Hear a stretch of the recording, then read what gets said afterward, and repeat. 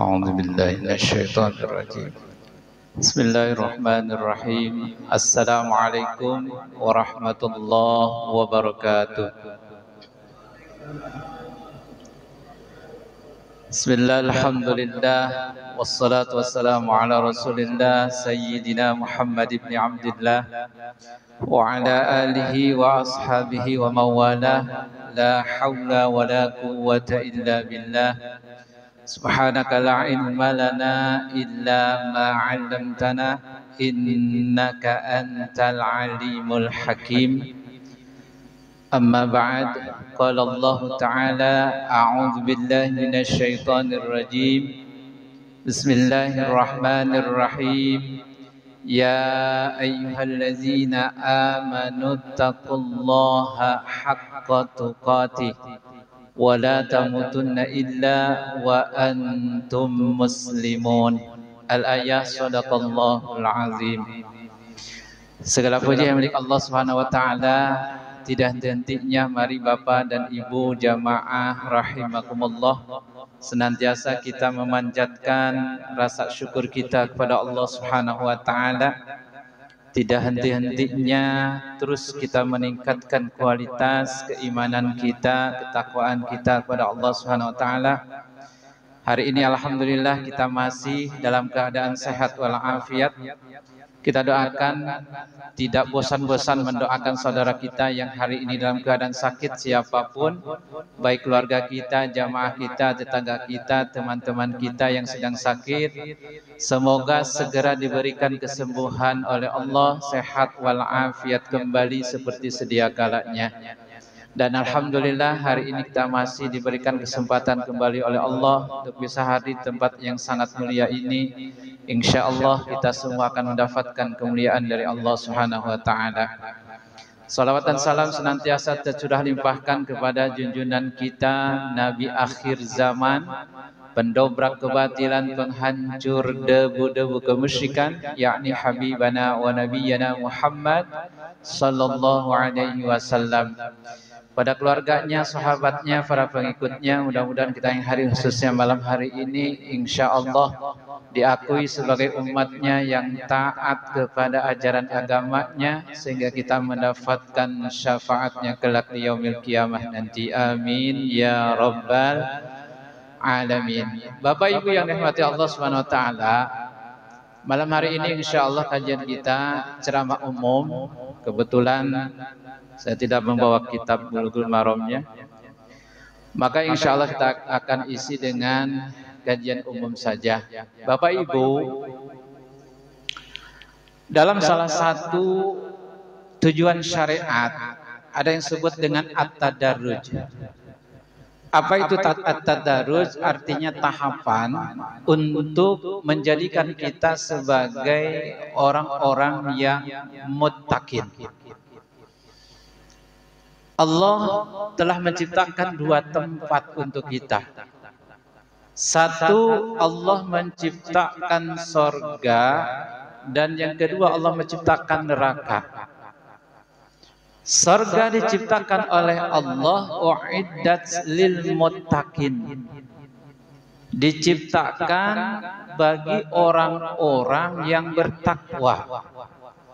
Sedangkan neraka Allah ciptakan uiddat lil kafirin, bagi orang-orang yang kafir kepada Allah. Fariqum fil jannati wa fariqum fis sa'ir. Ada di antara segolongan manusia yang Allah masukkan ke dalam sorga, dan ada segolongan manusia lagi yang Allah masukkan ke dalam neraka. Jadi dua tempat ini menjadi pilihan bagi kita. Mau milih mana? Milih sorga atau milih neraka? Gitulah. Tadi Allah ciptakan sorga bagi orang bertakwa, sedangkan neraka diciptakan bagi orang-orang yang kafir, kufur kepada Allah. Maka tinggal kita mengambil pilihan mau yang mana. Bapak Ibu yang dirahmati Allah Subhanahu wa taala, di dalam hadis riwayat Imam At-Tirmizi dari sahabat Abu Hurairah, Hadis ini menjelaskan kepada kita bahwa Nabi Muhammad su'ila an-Nabi sallallahu alaihi wasallam, bahwa Nabi Muhammad itu pernah ditanya. Su'ila, ditanya. Asal kata dari sa'ala itu artinya bertanya. Tapi ketika kalimatnya su'ila menjadi fi'il madhi mabni majhul, maka dibacanya su'ila, artinya ditanya. Dalam hadis ini yang ditanya siapa? Nabi Muhammad. Mengenai tentang apa? An aksari ma yudkhiluhun nasa al jannata. Nabi ditanya mengenai tentang kebanyakan manusia yang menyebabkan masuk ke dalam sorga. Apa jawaban Nabi? Pertama, taqwallah. Kebanyakan manusia yang akan dimasukkan ke dalam surga adalah takwanya kepada Allah Subhanahu wa taala. Kata Imam Hasan Al-Basri, yang disebut takwa itu apa, Pak? Kata Imam Hasan Al-Basri, yang disebut dengan takwa adalah ittaqau ma hurrima alaihim wa addaw ma ufturidu alaihim. Takut terhadap apa-apa yang diharamkan oleh Allah kepada mereka dan menunaikan apa-apa yang diwajibkan Allah kepada mereka. Ini takwa menurut Imam Hasan Al-Basri. Kemudian Ibnu Mas'ud ketika menafsirkan ayat takwa dalam surah Ali Imran ayat 102, ya ayyuhalladzina amanu taqullaha haqqa tuqatih wa la tamutunna illa wa antum muslimun. Ibnu Mas'ud ketika menafsirkan ayat tersebut, kata beliau, ayyuta'a fala yuqsa, bahwa Allah itu wajib kita taati dan tidak boleh kita durhaka kepadanya. Allah itu sudah memberikan informasi kepada kita, siapa saja yang ingin hidupnya bahagia, maka laksanakan ketaatan kepada Allah. May yuti'illaha wa rasulahu faqad faza fawzan azima. Siapa saja orang yang taat kepada Allah dan Rasulnya, sungguh dia telah mendapatkan kebahagiaan yang besar. Jadi kunci ketaatan, kunci kebahagiaan bagi kita, baik bahagia dunia akhirat, Allah sudah menginformasikan kepada kita dalam Al-Quran. Apa caranya? Mentaati Allah dan Rasulnya. Faqad faza fawzan azima, maka sungguh dia telah mendapatkan kebahagiaan yang besar. Pertanyaannya, apakah kita sudah melaksanakan ketaatan kita kepada Allah atau belum? Bapak Ibu, maka di akhir tahun 2024 ini, mari kita sama-sama memperbanyak muhasabah diri, memperbanyak mengevaluasi diri kita atau menintrospeksi diri kita.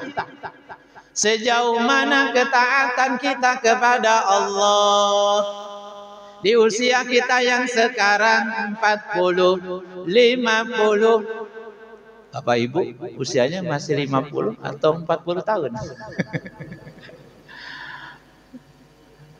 Ada yang 60 tahun, ada yang 70 tahun. Maka di usia yang sekarang, Bapak Ibu, apakah sudah memaksimalkan untuk melakukan ketaatan kepada Allah? Atau malah sebaliknya kita gunakan usia tersebut, justru kita jadikan usia itu menjadi usia yang diperbanyak untuk melakukan kemaksiatan kepada Allah. Nauzubillah. Bapak Ibu yang rahmati Allah Subhanahu wa taala, maka di akhir-akhir tahun 2024 ini mari kita sama-sama perbanyak introspeksi diri kita. Perbanyak amal, bekal. Kita pasti dan yakin, hakul yakin, kita akan menuju perjalanan akhirat nanti. Maka tadi pilihan kita, apakah nanti kita akan menuju surga atau menuju neraka? Hakul yakin semua Bapak Ibu yang hadir saat ini pasti akan melakukan perjalanan akhirat yang disebut dengan kematian awal pertama kita. Di saat nanti jasad diri kita sudah menjadi jasad, tidak bisa bergerak kembali, justru yang akan mengangkat jenazah kita siapa? Saudara kita, keluarga kita, tetangga kita, jamaah kita yang akan mengangkatkan jenazah diri kita, jamaah rahimakumullah. Saat itu kita sudah tidak bisa apa-apa lagi. Mengangkat tangan saja udah gak bisa. Aduh, ketika ada jenazah saat itu, pada saat dimandikan, tangannya ngangkat begini, bu, kabur, masya Allah. Bapak Ibu yang rahmati Allah Subhanahu wa taala, maka mari kita sama-sama manfaatkan, maksimalkan, kita persiapkan bekal kita menuju perjalanan akhirat yang abadi. Subhanallah. Ya ayyuhalladzina amanu taqullaha wal tanzur nafsum ma qaddamas ligad. Hendaklah di antara kalian, di antara kita, untuk mempersiapkan bekal kita untuk menuju perjalanan akhirat nanti. Apa yang harus kita perbanyak atau persiapkan bekal kita? Sudah tentu, dan itu bekal kita, iman dan amal soleh yang akan kita bawa nanti. Iman amal soleh yang akan bisa menyelamatkan diri kita nanti di hadapan Allah Subhanahu wa taala. Maka kata kata Ibnu Mas'ud ketika menafsirkan ayat takwa tadi surah Ali Imran ayat 102, ayyu ta'a fala yu'sa, wajib Allah kita taati dan tidak boleh kita durhaka kepadanya. Wa yuzkaru fala yunsa, Allah itu wajib kita selalu ingat, baik secara sir ataupun secara jahat.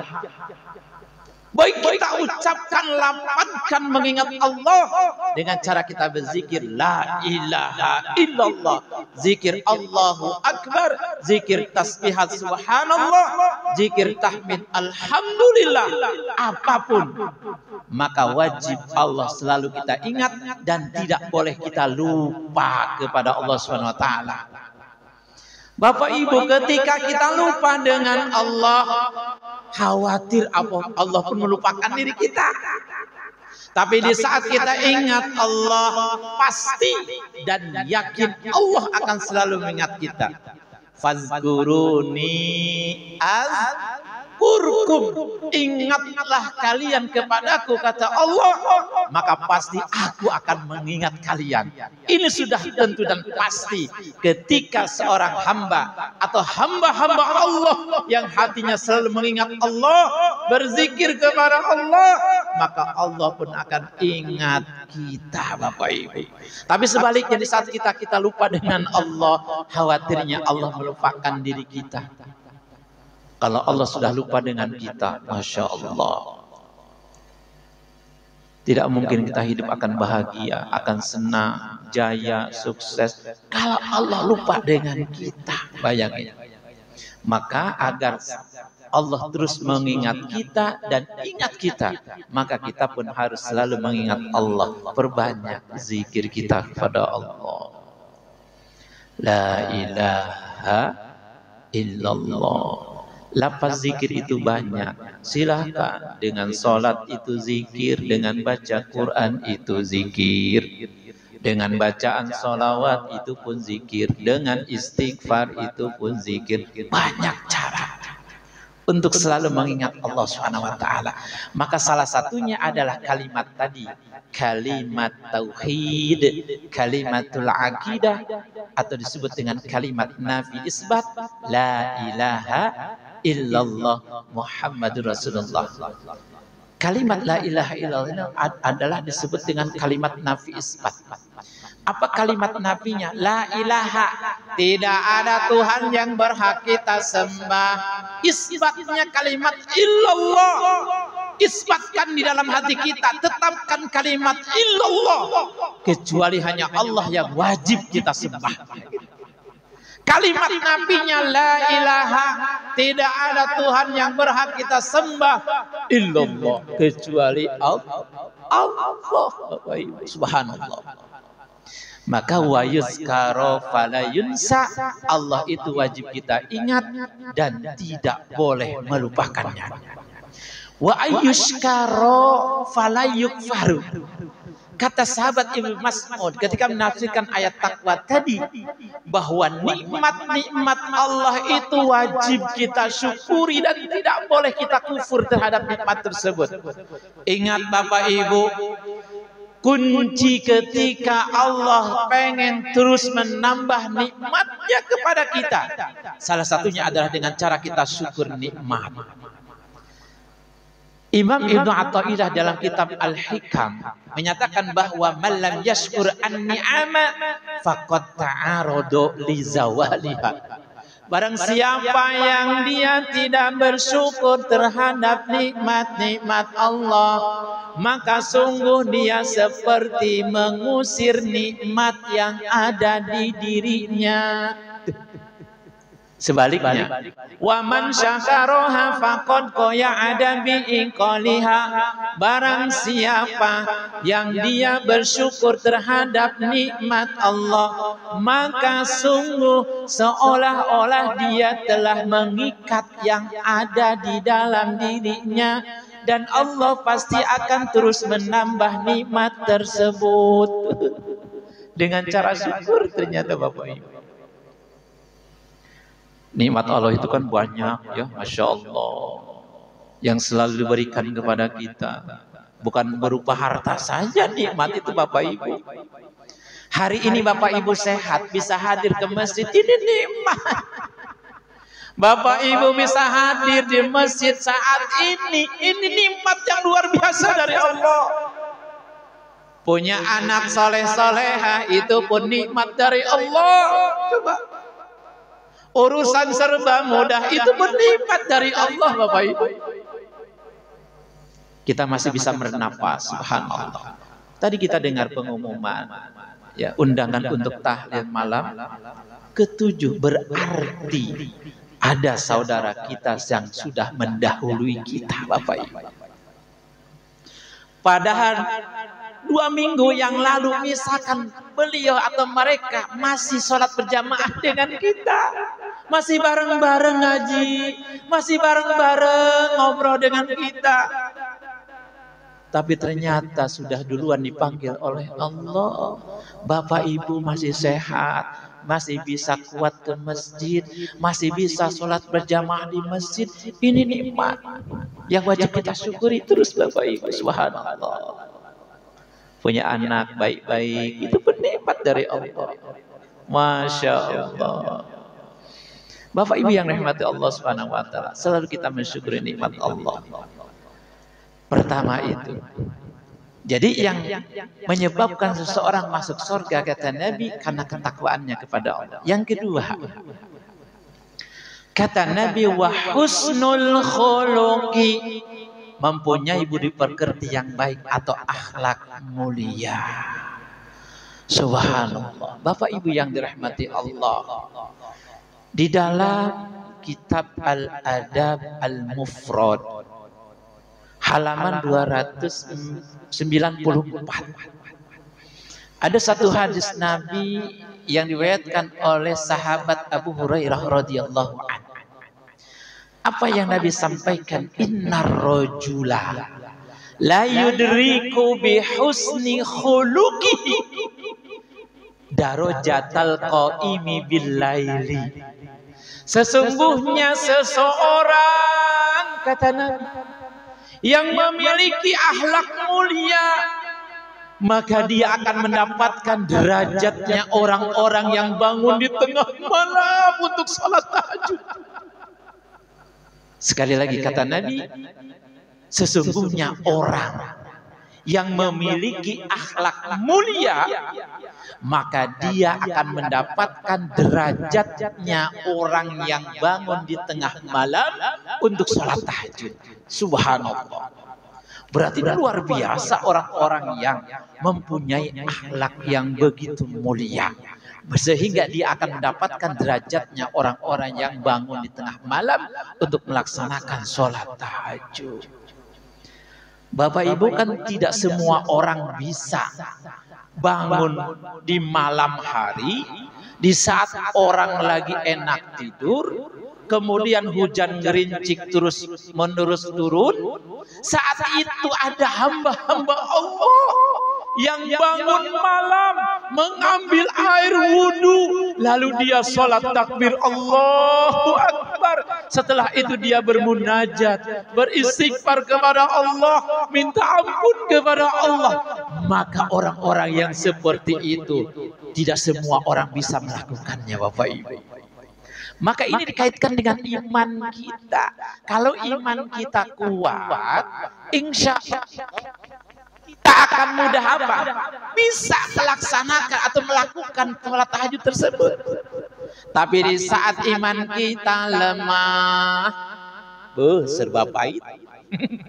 Kalau iman kita sedang lemah, serba pahit, mau ibadah itu. Baca Quran pahit, sholat berjamaah pahit, apalagi ke masjid pahit, serba pahit. Mau zikir pahit, mau sodakoh pahit, para rakyat gitu. Itu kalau iman kita lemah, sedang lemah. Tapi di saat iman kita sedang kuat, insya Allah bangun malam akan bisa dilakukan. Baca Quran insya Allah bisa, sodakoh bisa, dan lain-lainnya akan bisa dilaksanakan di saat iman kita kuat. Makanya tadi tidak semua orang bisa untuk bangun malam untuk sholat tahajud. Maka orang-orang yang dikatakan kata Nabi mempunyai akhlak mulia, maka dia akan mendapatkan derajatnya orang-orang yang bangun di tengah malam. Bapak Ibu yang dirahmati, hari ini kita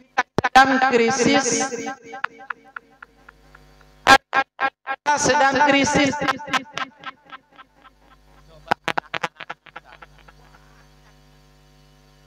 murid tidak punya akhlak lagi ke guru, anak tidak berakhlak lagi ke orang tuanya. Bahkan ada murid yang berani memukul gurunya, murid berani menendang gurunya. Bahkan anak pun yang berani melawan, menendang, menyentak orang tuanya, Bapak Ibu. Berarti kita sedang krisis akhlak, Bapak Ibu. Maka akhlak ini wajib kita terapkan kepada anak-anak kita. Mulai dari anak-anak, mulai dari masih kecil, terapkan akhlak tersebut kepada mereka, Bapak Ibu yang dirahmati Allah Subhanahu wa taala. Masa kita salaman ke guru sendiri atau salaman ke orang tua kayak seperti salaman ke temannya sendiri? Begitu. Kan dulu kita diajarkan oleh guru kita, ketika kita salaman dengan orang tua, salaman dengan guru, cium tangannya. Kan begitu diajarkan. Maka dulu kita di pesantren diajarkan mengkaji kitab Akhlaqul Ibanin. Ada Akhlaqul Ibanat. Itu menjelaskan tentang akhlak-akhlak kita, Bapak Ibu. Bagaimana akhlak kita ke orang tua kita. Bagaimana akhlak seorang murid kepada gurunya.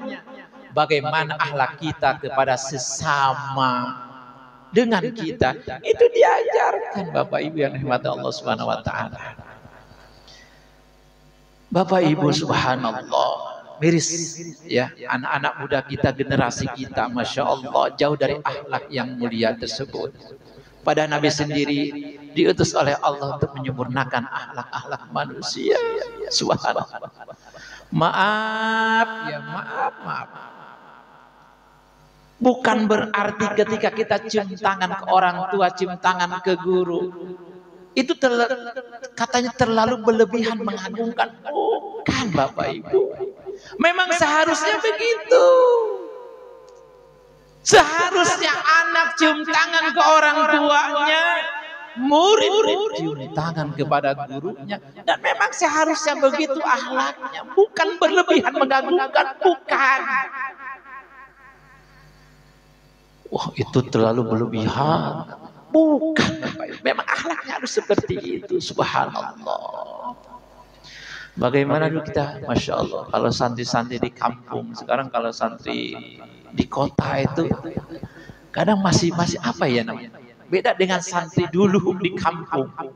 Subhanallah, ketika sedang jalan ada gurunya, kiainya, sampai mereka mundur lagi, maksudnya tidak mau mendahului jalan ke guru, begitu. Subhanallah, itu dia jangan sampai begitu. Nunduk ini bukan berarti terlalu berlebihan mengganggu, bukan. Karena kita takzim kepada ilmu yang diemban, ilmu yang ada di seorang guru tersebut, Bapak Ibu.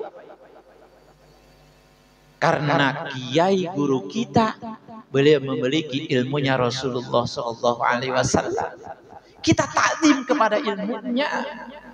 Subhanallah.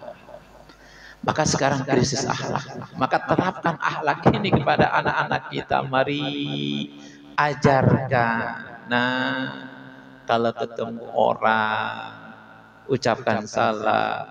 Kalau kamu sedang berjalan, kemudian ada orang tua, ya permisi.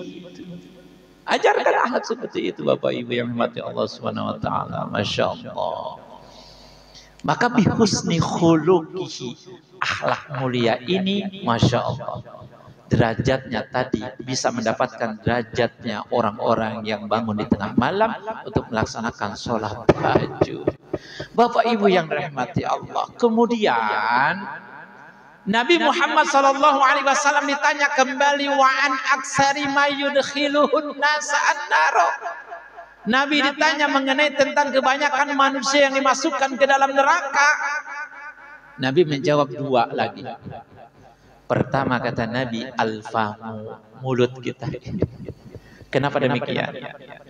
Karena mulut kita, lisan kita, kalau tidak bisa menjaganya hati-hati, maka ini bisa menyebabkan orang bermusuhan disebabkan karena lisan kita atau mulut kita. Ghibah, berdusta, namimah, menjelekkan orang, membuka aib orang, itu dengan lisan kita ini, Bapak Ibu. Subhanallah. Hati-hati. Kata Nabi, salamatul insan fi hifdzil lisan. Selamatnya seseorang itu disebabkan karena dia bisa menjaga lisannya. Jadi tidak asbun, itulah, tidak asal bunyi, Bapak Ibu. Jangan sampai dengan ucapan kita, dengan pembicaraan kita justru menyebabkan orang saling musuhan, mengadu domba, provokasi orang lain sehingga orang lain saling bermusuhan, memutuskan hubungan silaturahim. Subhanallah, hati-hati Bapak Ibu. Ya. Masya Allah. Maka perlu kita menjaga lidah kita, lisan kita, Bapak Ibu yang dirahmati Allah Subhanahu wa taala. Imam Al-Ghazali menyatakan bahwa salah satu yang merusak agama seseorang, kata Imam Al-Ghazali, yaitu boleh menyebutkan al-lisan kembali. Salah satu yang menyebabkan rusaknya agama seseorang itu disebabkan karena lisannya. Terus yang kedua kata Imam Al-Ghazali, wal batnu. Batnu ini perut. Maknanya banyak orang yang rakus, banyak orang yang tamak sehingga dia gelap mata. Sesuatu yang harusnya dijauhi malah dilakuin. Dengan gelapnya mata karena kerasusan seseorang, ketamakan seseorang, maka dia akan terjerumus ke dalam keharaman. Dia akan berani ngambil hak orang lain, korupsi, mencuri dan lain sebagainya. Subhanallah. Bapak Ibu yang dirahmati Allah. Ada satu hadis Nabi riwayat Imam Al-Bukhari dari sahabat Abu Hurairah. Nabi sampaikan begini, la ya'tiyanna 'alan nasi zamanun, sungguh pasti akan datang suatu masa kepada umatku. Kalimat awal hadis dari tersebut kalimatnya kalimat fi'il mudhari, diawali dengan lam ibtida. Kemudian ujungnya ada nun taukid, jadi penguatan. Sungguh pasti akan datang suatu masa kepada umatku, la yubalil mar'u bima akhadal mal, yang mana mereka nanti tidak akan memperdulikan. Seseorang sudah tidak peduli lagi dengan harta yang dia dapatkan, amin halalin au min haramin, apakah harta itu dia dapatkan dari usaha yang halal atau dia dapatkan dari usaha yang haram. Dan sekarang banyak terbukti Bapak Ibu, subhanallah. Korupsi merebak di mana-mana, mengambil hak orang lain, subhanallah. Hak orang lain dirampas, masya Allah. Padahal kalau kita melihat hadis dari sahabat Auf bin Malik, riwayat Imam At-Tabrani dalam kitab Al-Mu'jam Al-Kabir, kekhawatiran Nabi Shallallahu Alaihi Wasallam terhadap umatnya, apa yang dikhawatirkan oleh Nabi, wa kasratus syurati, akan banyak al-gojo yang zalim. Al-gojo masa kini kata ulama adalah mereka adalah suruhan-suruhan para penguasa atau mereka yang berkuasa untuk mengambil hak orang lain, dipaksa dan diambil Bapak Ibu. Subhanallah. Ini yang dikhawatirkan oleh Nabi dari hadis tersebut, dan ini banyak terbukti sekarang. Subhanallah. Maka hati-hati dengan harta haram ya. Bapak sebagai kepala rumah tangga, setiap hari pergi pagi pulang petang, untuk apa? Bekerja, mencari nafkah. Jangan sampai harta yang dibawa ke rumah itu dari harta haram. Hati-hati ketika harta yang dibawa oleh bapak ke rumah lalu dimakan oleh anak istrinya, maka wajib jasadnya itu dimakan oleh api neraka, dan ini menyebabkan bisa jadi anak-anak kita menjadi anak-anak yang durhaka. Kenapa? Karena di dalam tubuhnya ada harta haram. Bahkan ketika harta haram itu masuk ke dalam tubuh kita, sehebat apapun doa kita kepada Allah, nangis Bapak Ibu, sampai habis air mata kita memohon kepada Allah.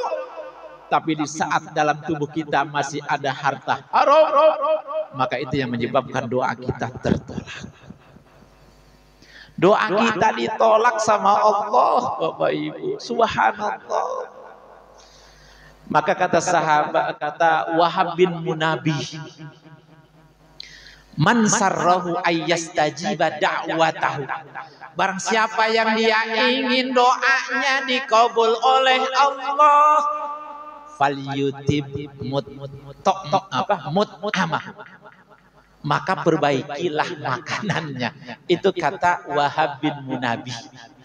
Orang yang ingin doanya dikabul oleh Allah, maka perbaiki makanannya. Maknanya apa Bapak Ibu? Jangan sampai makanan, minuman yang kita masukkan ke dalam mulut tubuh kita ada makanan haram. Subhanallah. Bapak Ibu yang dirahmati Allah Subhanahu wa taala. Maka kita perlu kembali tadi menjaga lisan kita. Jangan sampai lisan kita asal bunyi. Ini yang menyebabkan orang masuk neraka, kata Nabi. Yang kedua menyebabkan orang masuk neraka wal farju.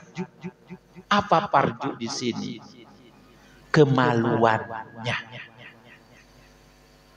Orang akan bisa terjerumus dalam perzinahan, kemaksiatan, dan ini banyak terbukti juga Bapak Ibu. Subhanallah. Perzinahan di mana-mana, kemaksiatan luar biasa merajalelanya. Maka khawatir kita ini sudah ada di akhir zaman, kemudian banyak kemaksiatan merajalela sehingga ini yang mempercepat dunia ini akan cepat hancur. Subhanallah. Bagaimana tugas kita atuh terhadap kemaksiatan tersebut? Kalau Bapak Ibu mampu mencegahnya, silahkan cegah. Kalau tidak, ada dalam hati rasa ingkar. Ya Allah, pengen nyegah tapi takut. Ketika ada kemaksiatan, perzinahan, perjudian, pemabukan, pengen kita nyegah tapi kagak berani. Minimalnya dalam hati ada rasa ingkar. Wadzalika ad'aful iman. Kata Nabi, itulah selemah-lemahnya iman. Maka ada doa, silahkan dibaca. Ketika Bapak Ibu melihat suatu kemungkaran tapi tidak berani untuk mencegah, tidak berani memberikan nasihat, tidak berani untuk dakwah, maka minimal doa yang kita baca, Allahumma inna hadza munkarun fala tu'adzibni minhu ya Allah. Sesungguhnya ini adalah kemungkaran, jangan engkau menyiksa aku dengan sebab kemungkaran tersebut. Yuk bareng-bareng.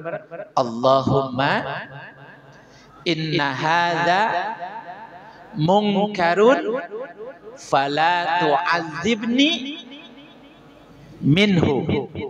Allahumma inna hadza munkarun fala tu'adzibni minhu. Hafal? Sekali lagi.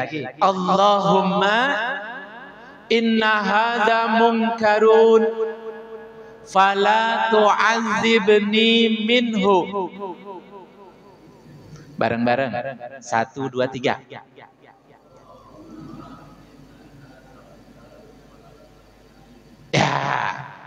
Nanti silahkan diamalkan. Ketika Bapak Ibu melihat suatu kemungkaran, kemaksiatan, tapi kagak berani untuk menyegah, baca doa tadi.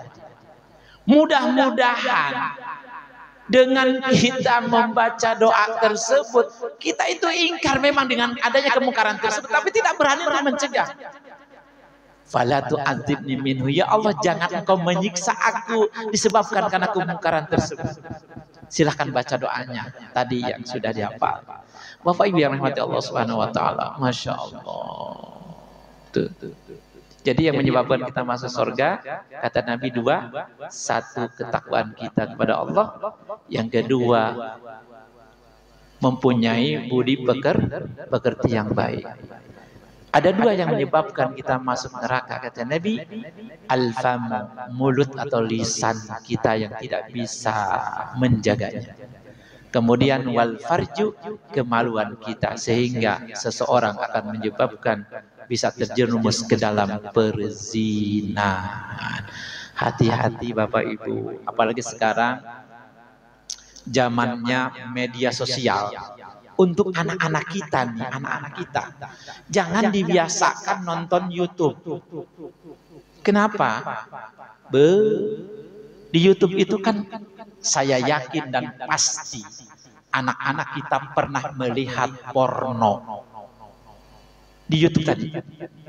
Karena iklan yang keluar porno, aurat yang kelihatan. Maka batasi anak-anak kita.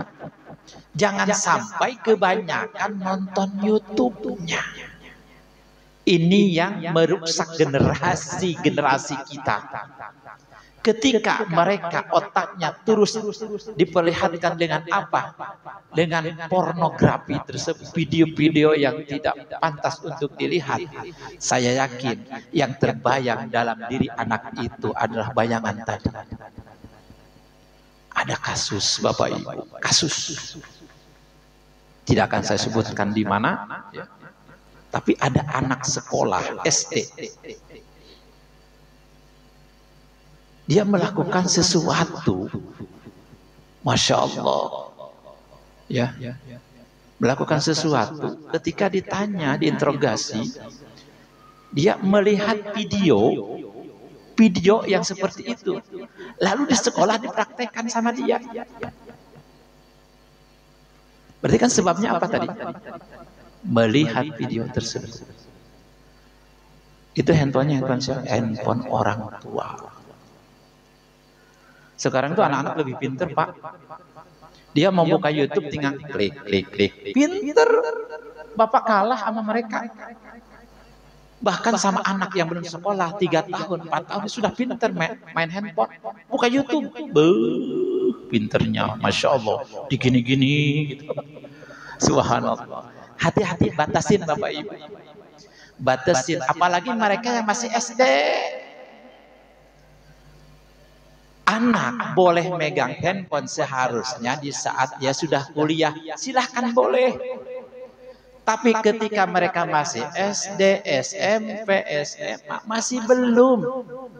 Gak usah dikasih handphone dulu. Ketika dia sudah kuliah, beda lagi nanti. Karena nanti banyak urusan. Berkenaan dengan apa? Hal tersebut. Maka batasin. Wah, aduh sudah. Apa ya namanya? Sudah kepalang. Apa kepalang? Sudah tanggung. Jangan bahasa tanggung. Udah batasin saja mulai dari sekarang Bapak Ibu. Itu yang merusak generasi kita. Subhanallah. Maka Bapak Ibu yang rahmati Allah Subhanahu wa taala, mudah-mudahan kita semua selalu diberikan kekuatan iman oleh Allah, selalu istiqomah dalam melakukan ketaatan dan ibadah. Mari tanamkan dalam diri kita sifat dai. Sifat dai itu apa? Ketika melihat sebuah kemungkaran, rasanya pengen kita mencegah. Rasanya kita pengen untuk ngasih tahu itu tidak baik untuk dilakukan. Tapi ketika kita kagak berani, minimal dalam hati ada rasa ingkar, maka doa tadi kita baca, Allahumma inna hadza munkarun fala tu'adzibni minhu. Ya Allah, sesungguhnya ini adalah sebuah kemungkaran, jangan engkau menyiksa aku dengan kemungkaran tersebut.